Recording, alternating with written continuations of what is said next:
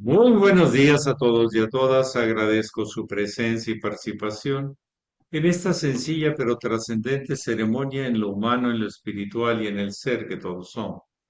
Y a la misma vez les agradezco porque me permiten continuar en el peregrinaje que me encomendara mi maestro, el venerable Satar José Machel, y di por el mundo tratando de responder a lo que la vida me pide y enriqueciéndome de todo lo que la vida me da. Muchísimas gracias por estar aquí presentes. Bien, ustedes pueden opinar, pueden preguntar, pueden compartir. Adelante, estamos en los diálogos.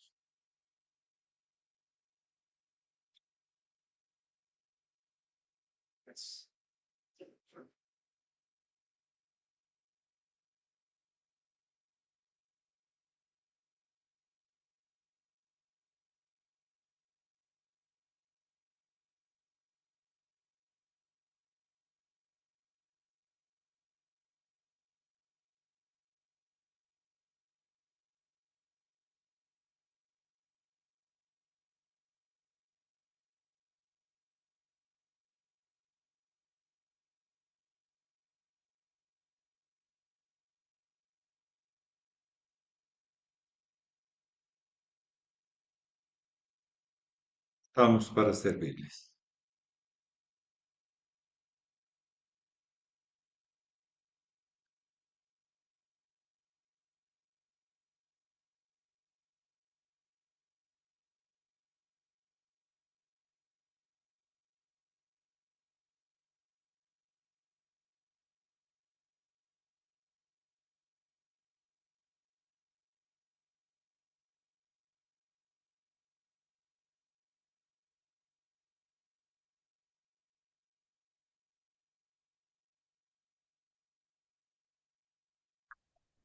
Maestro, buenos días. Buenos días, Sonia. Buenos días a todos. Maestro, cuando las personas comen carne, ya sé que la conciencia es un poco más baja, pero también depende de la calidad, de la cantidad de carne que coman, sea la conciencia más baja o da lo mismo. No, la cantidad siempre será importante porque domina la vibración que se transformará luego en pensamientos, sentimientos, acciones. Hay personas que intencionalmente lo hacen y hay gente que pues, por omisión o por costumbre o porque así me enseñaron, lo hace. Pero decía el maestro Estrada que el que conscientemente peca, conscientemente se condena. Y el que inconscientemente peca, inconscientemente se condena. Es una configuración de la vida, no solamente es un acto de robarle los tejidos a un animal que está buscando su libertad, pero yo me apropio de su sangre, de sus tejidos, de sus sustancias. No es lo mismo los vegetales que transforman la luz con las sales, unen el cielo y la tierra, los minerales de la tierra, y lo transforman en vida, en continuidad de vida. No es que hay personas que son carnívoros, o sea, que comen carnes, pero no hacen cosas así de daño. Hay gente vegetariana que sí hace daño. Es la calidad del alma. ¿Para qué? ¿Por qué transformas eso? Lo más importante ya en el aspecto superior, iniciático, es tener una configuración de qué estamos haciendo aquí, para qué lo estamos haciendo, de dónde venimos, qué hacemos aquí y a dónde vamos. Y ahí entra la etapa de la evolución, de las etapas de sobrevivencia. Ya no es tan importante porque la controlamos bien, la ubicamos. Entonces ya el retirarle vida a otros seres, pues no, es cada papel de cada etapa es su importancia, pero sí afecta en el sentido de miedo a la muerte, de ciertas miedos de ciertas cosas. Mucha gente come carne, pero no estaría dispuesto a agarrar a una gallina y torcerle el cuello, pero muchos sí, o paga por eso. Eso se ve más crudo en los ranchos, que hay que sobrevivir a lo que cueste, ¿verdad? Y te haces frío, insensible. Depende, pero eso ya incumbe a las leyes universales. Nosotros nos toca observar y aprender, pero no juzgar. Cada quien tendrá su sentencia de acuerdo a sus actos, de acuerdo a su comprensión. La vida es justa en ese sentido, muy justa y sabia.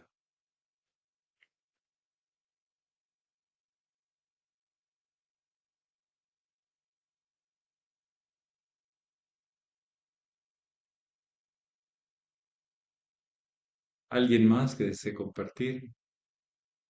Pero no es que la gente, toda la gente que come carne, se dé cuenta de lo que está haciendo. Hay muchos que ni interés le tienen a eso, lo dan por hecho.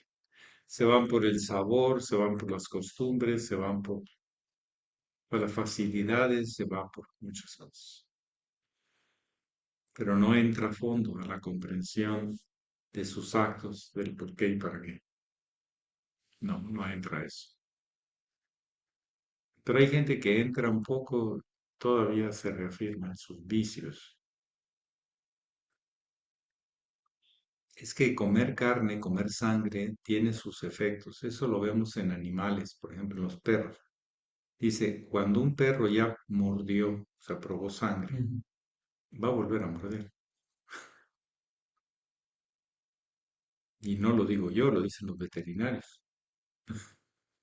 Y hay que tener cuidado, porque si un perro mordió, va a volver a morder por la necesidad de sangre. ¿Mm? Y la sangre significa muerte y sufrimiento. No me vengan con eso. A los animales se les hace sufrir mucho. A las gallinas se las pasa para desplumarlas en caliente, en vivo. Están despiertas. No les importa a la gente esa crueldad. A las reses las desangran, y más si es el rito judío, no pueden más que desangrar el animal vivo. ¿Sí? Si no, no está bien matado. Ah, caramba, no, no, sí. Si ustedes preguntan a gente que ha trabajado en los rastros o mataderos, les dirá muchas cosas.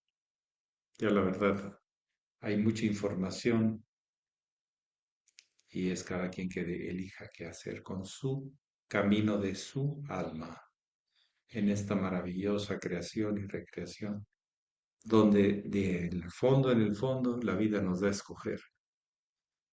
Y si escogemos regresarnos a lo animal, pues ahí está, tipo de alimentación, tipo de acciones, primero yo y luego yo. Claro, hay extremos como un narcotraficante que pues vive la ley realmente de la selva. Si se siente amenazado, tiene que matar, aunque no tenga bases. Luego averiguamos, como decía Pacho Villa. Luego averiguo. Sí, hay actitudes. El hermano mayor nos enseñaba que la vibración, al ingerir el animal, el ego se siente más necesitado de sobrevivir y va a pasar encima de muchas cosas. Adelante, sí, alguien levantó la mano.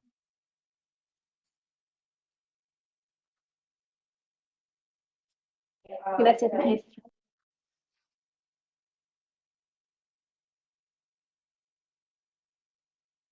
No nos preocupemos de si va a haber justicia, la hay, pero en con otros tiempos, no cuando queremos, sino cuando toca.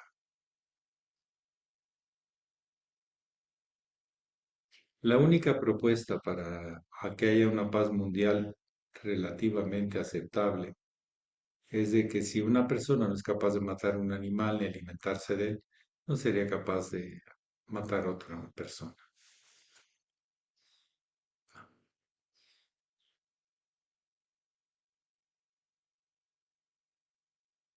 Matar a un pez retorciéndose ahí en el agua, nosotros felices, viendo sufrir a una res. ¡Ay, qué sabrosa! Bistec de res. ¿Tú sabes lo que estás comiendo? ¿Sí?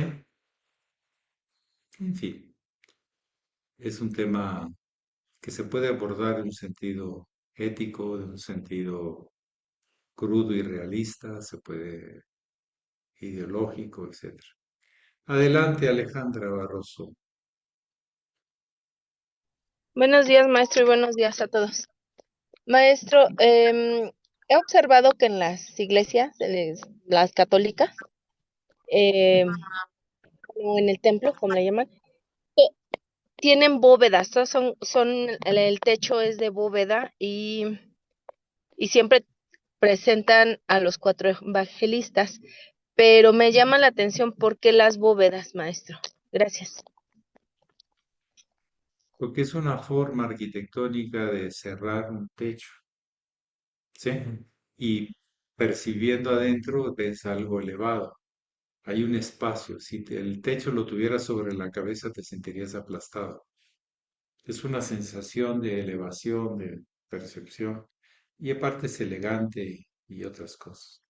No todas las iglesias tienen a los cuatro evangelistas, pero la mayoría sí, porque hablan de los cuatro animales del Apocalipsis, que cada uno está asignado de acuerdo a la costumbre o tradición, o no me acuerdo desde dónde.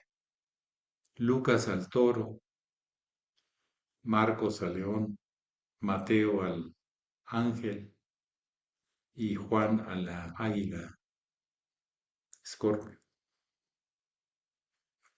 Tiene los mismos elementos de la esfinge, tiene los mismos elementos de la configuración china, tiene los mismos elementos de la configuración del universo y su inteligencia. Contiene los cuatro elementos. Pero la gente, posiblemente en la Iglesia Católica, la gran mayoría piensa que solamente es una alusión a los evangelistas, pero no haya la vinculación a las grandes tradiciones de los colegios iniciáticos existentes en diferentes lugares del planeta en diferentes tiempos. Y eso sí es así. La esfinge no se le conoce todavía exactamente su antigüedad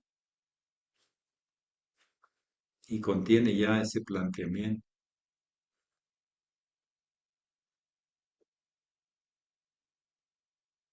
Pero bueno, hay gente que ni se pregunta por qué, pero sí tiene su sentido profundo. Cuatro elementos, expresiones de una misma fuente, cuatro evangelistas, etc. Cuatro signos fijos del zodiaco. Mm. Y el zodiaco no es más que el libro de los cielos, que hay que aprender a leerlo e interpretarlo. Es todavía más complicado.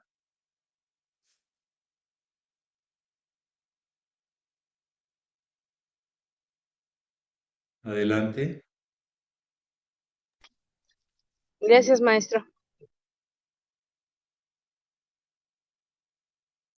Había una iglesia en Monterrey, Bay, que le llaman La Purísima, está cerca del centro, que fue una copia de unas iglesias templarias o antiguas europeas. Es bonita la iglesia, es donde quedaba cerca de mi casa. Es muy alta, muy bonita. Y en esa iglesia, en las puertas que dan al oriente, estaban los 12 signos del zodiaco y símbolos asociados a cada uno, muy hermoso. Se ve que era de origen alquimista, aquellos que lo usaron. Y están todavía esas puertas, son 6 puertas por 2, 12. Se abren así. Son grandes, bonitas. Vean ustedes en la iglesia La Purísima de Monterrey y aparecerán las 12 signos del zodiaco. Pero provienen de tradiciones y culturas, de etapas donde era importante conocer el fondo de las cosas. Luego se volvió más superficial. ¿Alguien más?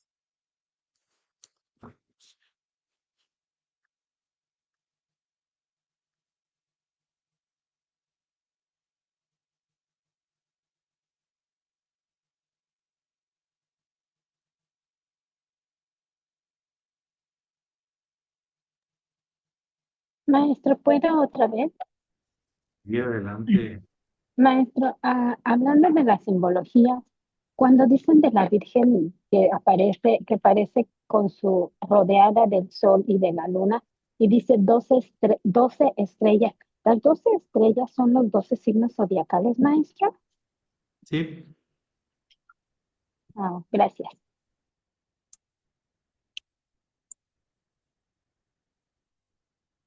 Estoy abriendo, ¿no? Sí, La soparrana. sí. Estás en el- en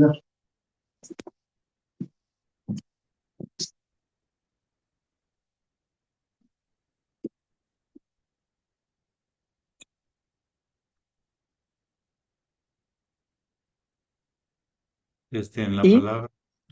puedo preguntar. Buenos días, Sí, adelante. maestro, y buenos días. Mire, a veces usted nos ha repetido varias veces la firmeza en un propósito, ¿no? Dentro de este trabajo que hacemos, esta dirección que hemos tomado, ¿no? Y también nos advierte de la rigidez. ¿Cuál sería la diferencia? ¿Es una cuestión de grados de la misma cosa o son dos actitudes distintas? ¿De la rigidez o de qué? Firmeza. Pues mire, primero hay que preguntarle a la gente qué entiende para ponerse de acuerdo. Firmeza es algo que no se dobla tan fácil, se mantiene.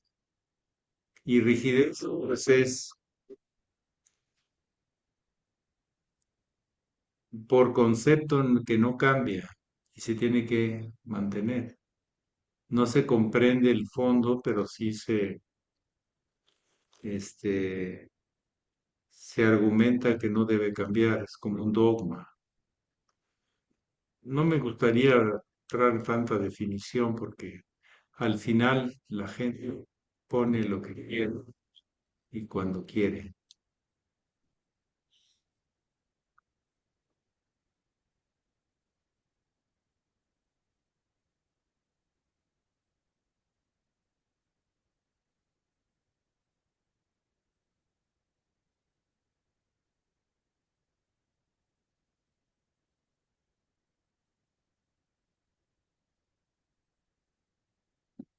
¿Alguien más?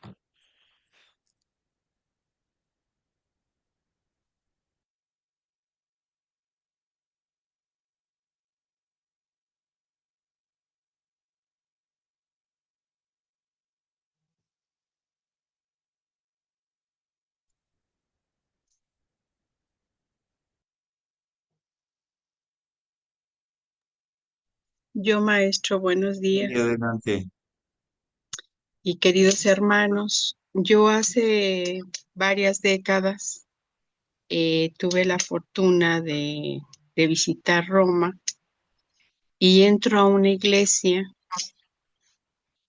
y cuál es mi sorpresa que en el piso, un piso precioso de mármol, veo a los signos zodiacales. Por ejemplo, vi a Sagitario, pero eran grandísimos los signos, ¿no? Y me quedé sorprendida porque dije, ay, caray, los signos aquí en la iglesia. O sea, pensé en ese momento, dije, es tan importante la astrología que en aquel tiempo, bueno, no sé ahora, pero me refiero a esa iglesia, los saben astrología los sacerdotes, porque ¿por qué está aquí los signos, ¿no? Preciosos, maestro, preciosos, el mármol, pero grandísimos los signos. Me encantó esa iglesia, maestro. Entonces, lo que le comento a usted o le pregunto es que ellos saben de astrología. Algunos, Bueno, en aquel tiempo me refiero, sí. ¿no? Sí, porque hay iglesias, depende, hay iglesias mezcladas entre la alquimia, la magia, las tradiciones ocultas, etcétera. Pero al poner el zodiaco hablan del orden superior, del orden celeste, porque tendrían que ubicar a qué le llaman el libro de los cielos, tal como le llama Jesús.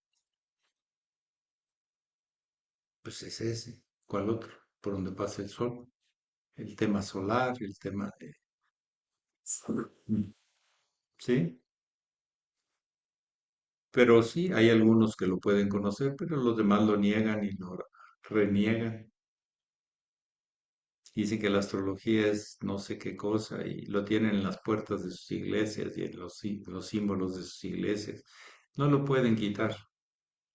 Es parte de la incorporación histórica y visión desde hace mucho tiempo. Adelante, sí, Rafael. Gracias, maestro. Sí, muy honorable Sachela, muy buenos días y buenos días, queridos hermanos.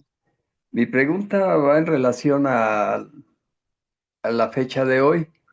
¿Por qué siempre trataron de velar la sagrada tradición en todas las corrientes religiosas? Por ejemplo, el nombre de María, Hiram en otras corrientes, Miriam y así siempre velaron todo, pero pues al final de cuentas estamos en los tiempos de que nada se está ocultando, tiene que salir a la luz. Entonces, pues ese es mi comentario y pregunta, maestro. ¿Por qué lo ocultan? Porque uno no lo conocen y porque otros piensan que nadie les entiende. Ujú. Habrá muchas razones para lo cual, pero la gente de ahorita no, la mayoría ni idea tiene de lo que tienen ahí.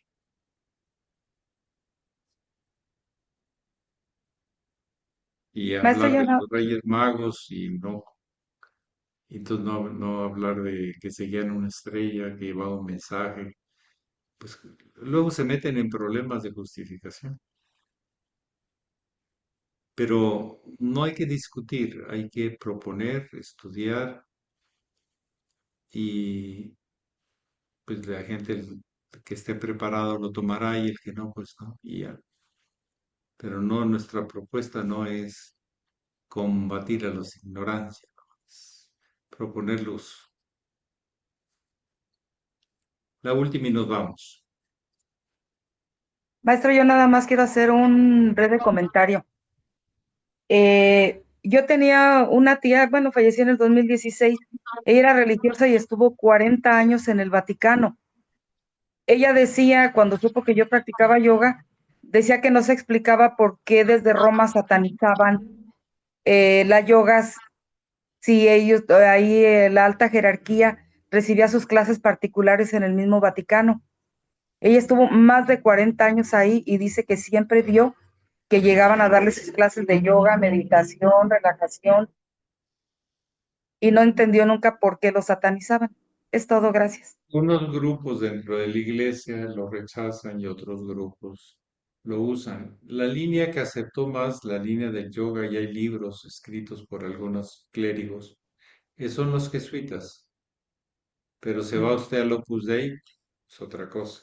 Se va usted a los legionarios, se va usted a los dominicos, se va usted a otro. Lo van a rechazar. Eso fue una de las partes inteligentes de la iglesia que permitió bajo un mismo estructura organizaciones diferentes tener diferentes enfoques. Entonces se agrupaban, pero no se iban. Fue un tema político muy inteligente. Porque los franciscanos pues no llevan la misma línea